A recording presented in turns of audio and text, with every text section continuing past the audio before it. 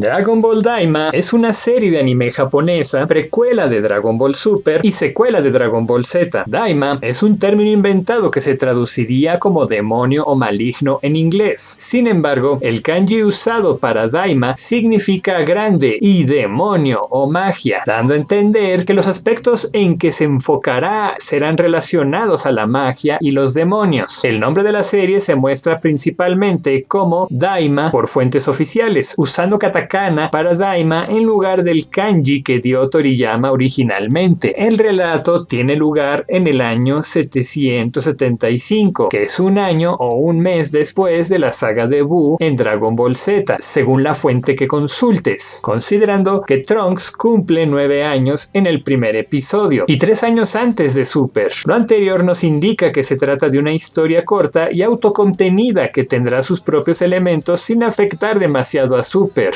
Esta fue la última historia escrita por Akira Toriyama antes de su fallecimiento, pero también se encargó de la ambientación y muchos de los diseños. Toei Animation ha hecho notorio el poder del presupuesto con la calidad de película que ha dado a cada episodio, a diferencia de lo que hizo con Super, lo cual resulta notorio en cada uno de los episodios emitidos a la fecha en que escribimos este guión. Joder, esto sí es cine.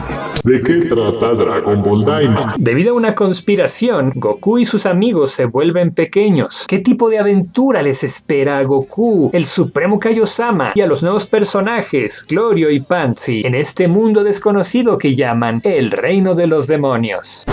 Un momento, ¿por qué no simplemente viajaron al planeta de los Namekuseijin para revertir el deseo antes de ir al reino demoníaco?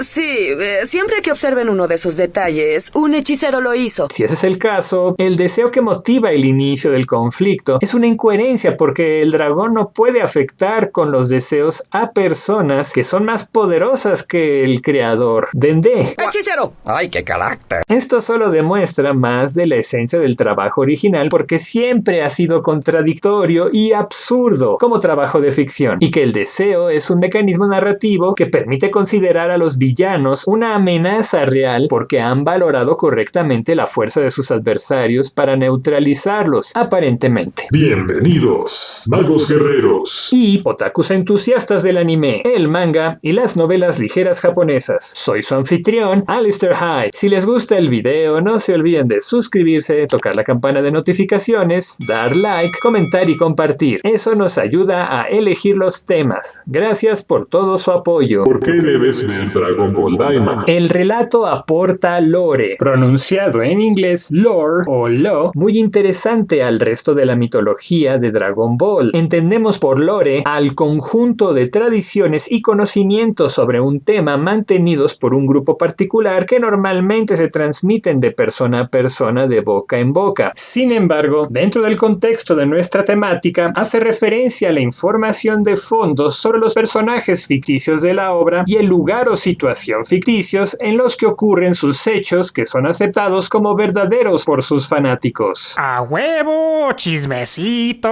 Por ejemplo, el título, la sinopsis y un detalle revelado en el primer episodio nos confirman por qué al padre de Piccolo le apodaban el Gran Rey Demonio en la serie original, al convertir a todos los namekianos en habitantes del reino de los demonios y descartar que solo sean una raza extraterrestre, lo cual incluye a Mr. Popo porque tiene cuernos y orejas puntiagudas. Amigos, el diablo camina entre nosotros. ¡Lo tengo!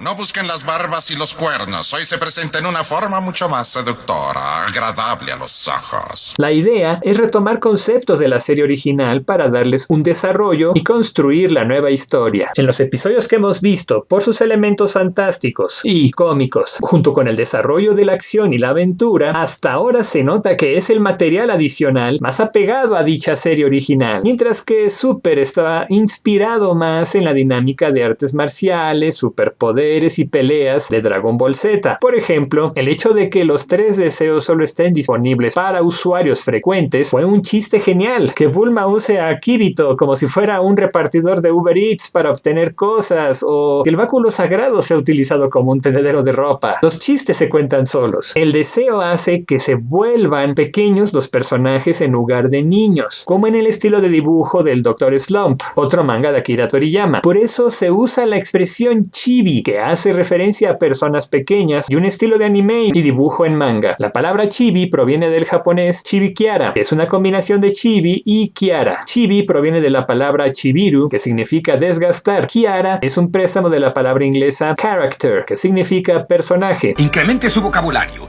Saciedad de estar lleno a reventar. Triunvirato, 3 tontos dando órdenes. Gastrónomo, gourmet pero más gordo. Maquiavélico, no sé. Tálamo, donde duermen los elegantes. Esto es importante para diferenciar a Daima de Galaxy Travel, que es una secuela de Dragon Ball Z no canónica, donde se transformó a Goku en niño. El argumento es válido porque la apariencia de varios personajes no cambió a los diseños originales de cuando eran niños. Hay detalles que contradicen el contenido de Dragon Ball Super por cómo se explica la separación de fusión de Bellito por culpa de algo adentro del cuerpo de Majin Buu en Daima. ¡Mis ojos!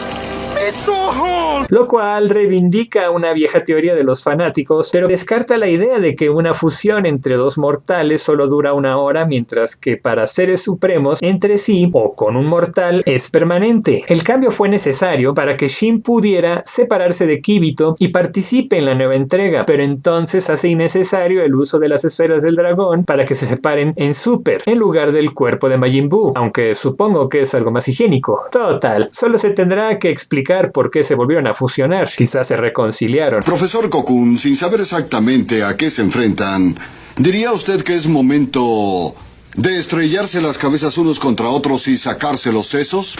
Yo diría que sí. El primer episodio tiene un hermoso resumen que orienta a quienes no conocen la historia hasta el punto en el que se desarrolla este relato y está animado maravillosamente, recogiendo poses icónicas de los personajes principales en momentos claves de la trama original. Es inevitable comparar Daima con GT, como el hecho de que el dragón aparece en el templo sagrado para conceder el deseo que inicia la aventura en ambas series de anime, o el hecho de que las mismas se enfocaron en la aventura por encima de las peleas, incluso que en ambas les robaban la nave como si se hubieran estacionado en una zona fea como Ecatepec. En las imágenes se ve a los delincuentes acercarse al auto estacionado para abrir las puertas ante la presencia de testigos y en menos de 1 minuto logran consumar el robo.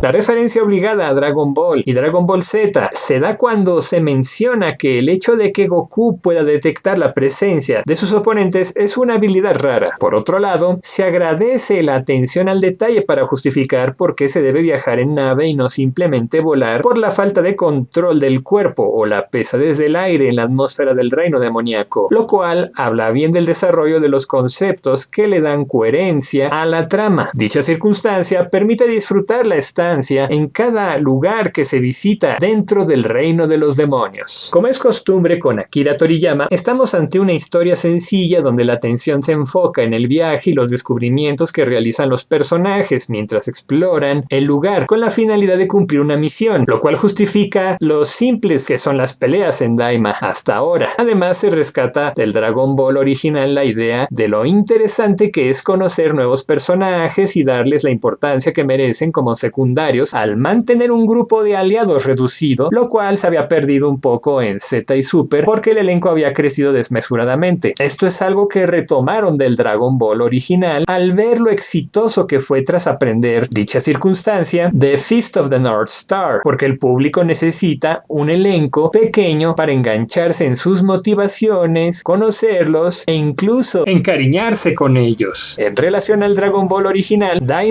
vuelve a confiar en la fórmula de vincular personajes opuestos, donde Shin es débil frente a Glorio y Goku en cuanto a fuerza física, pero sus habilidades mágicas le dan una ventaja para ser útil en momentos clave, lo cual demuestra el dominio de Toriyama para contrastar personajes. Además, desde su introducción, Glorio es claramente distinguido como un tercero interesado en el conflicto que se presenta para que querramos saber qué gana su líder al ayudarlos con su intervención y que pone a disposición del grupo sus conocimientos del mundo de los demonios para que logren aquello que se proponen. En conclusión, este es el tipo de material que tiene el potencial para reunir a los fanáticos de antaño con los que verán por primera vez algo basado en el manga más icónico de Akira Toriyama. Es la prueba de que el maestro nunca perdió la claridad para darnos momentos icónicos a través de su personaje más querido y que su legado para los materiales que en el futuro se generen está en las capaces manos de Toyotaro y Akio Ioku. Es el tipo de historia que simplemente simplemente me siento para disfrutar y sacarle curiosidades o nueva información por el cariño que le tengo a la franquicia, que ha mantenido la premisa de que lo importante no es derrotar al enemigo, sino evitar ser derrotado por uno mismo, como un mensaje de autoconocimiento y autodominio, porque se supone que uno entrena para mejorarse a sí mismo. Eso es todo por ahora. Soy su anfitrión, Alistair Hyde. Hasta pronto. Grandioso perfil.